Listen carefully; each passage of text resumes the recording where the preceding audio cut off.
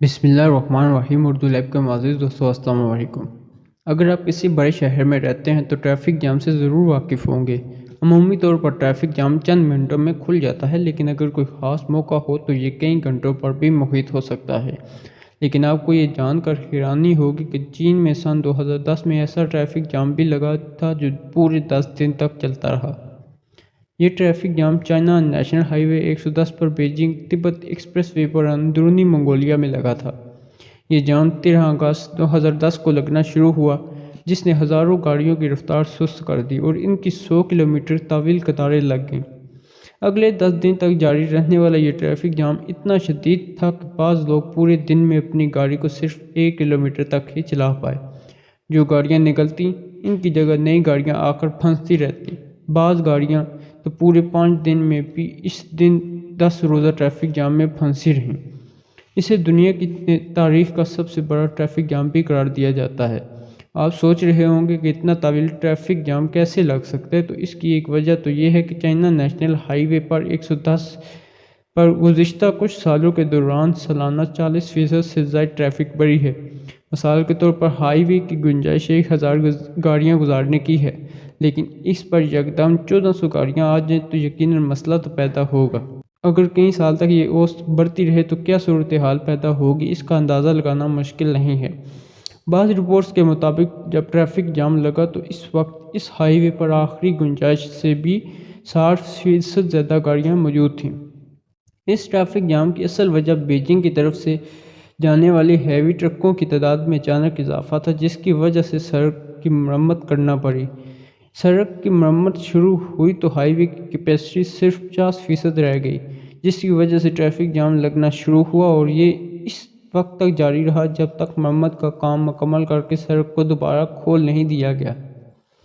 اندرونی منگولیا میں کوئلہ بہت زیادہ پیدا ہوتا ہے، جس کو بیجنگ اور دیگر پاور پلانٹس پر ریلوے کے ساتھ ساتھ ٹرکوں پر بھی منتقل کیا جاتا ہے۔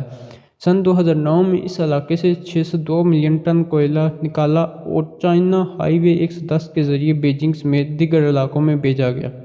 سن 2010 میں جب یہ جام لگا تو اس سال مجموعی طور پر اس علاقے سے 730 ملین ٹن کوئلہ نکال کر ٹرانسپورٹ کیا گیا تھا، جس کا بڑا حصہ اسی ہائی وے سے گزرتا تھا۔ آپ اندازہ لگائیے کہ کوئلے کی پیداوار کتنی تھی۔ ہائی وے پر ٹریفک جام ہوا تو موقع پرستوں کی بھی موجیں لگ گئی۔ انہوں نے گراف فروشی کے ذریعے خوب منافع کمایا۔ عمومی طور پر پانی کی ایک بوتل جو بہت ہی کم یعنی صرف 1 یوم میں ملتی تھی، وہ ان گاڑیوں میں پھنسے ہوئے مسافروں کو 15 یوم تک میں بیچی گئی۔ اس کے علاوہ نوڈلز کی قیمتوں میں بھی 3 گنا تک اضافہ بڑھ گیا، جبکہ مقامی لوگوں نے سائیکلوں پر دکانیں کھول لیں اور پھنسے ہوئے مسافروں کو مہنگے داموں اشیاء فروخت کرتے رہے۔ حالات جب بے قابو ہوئے تو حکومت کو مداخلت کرنا پڑی اور ٹریفک جام کھلوانے کے لیے مختلف اقدامات اٹھانا پڑے۔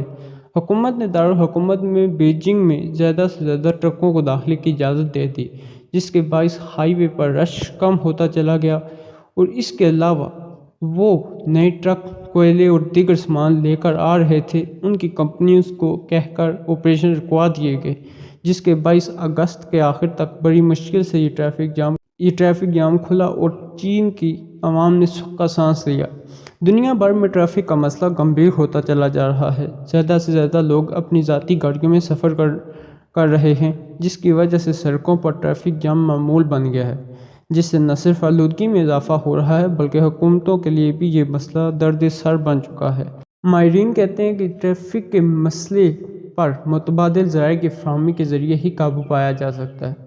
شہروں میں پبلک ٹرانسپورٹ کو سستا، تیز رفتار اور زیادہ بہتر کیا جائے تاکہ لوگ اپنی گاڑیوں کے بجائے پبلک ٹرانسپورٹ کو ترجیح دیں۔ اس کے علاوہ ریلویز کے نئے ٹریکس کے ذریعے بھی ٹریفک میں کمی لائی جا سکتی ہے۔ ہائی وے پر سرنگوں کی کھدائی کے ذریعے بھی ٹریفک کے مسائل سے چھٹکارا حاصل کیا جا سکتا ہے۔ کیا آپ بھی کبھی ٹریفک جام میں پھنسے ہیں؟ آپ کا تجربہ کیسا رہا ہے؟ آپ کتنی دیر تک آپ کو سڑک پر ہی کھڑے رہنا پڑا ہے؟ اپنے تجربے کے حوالے سے ہمیں کمنٹ میں ضرور آگاہ کیجیے گا۔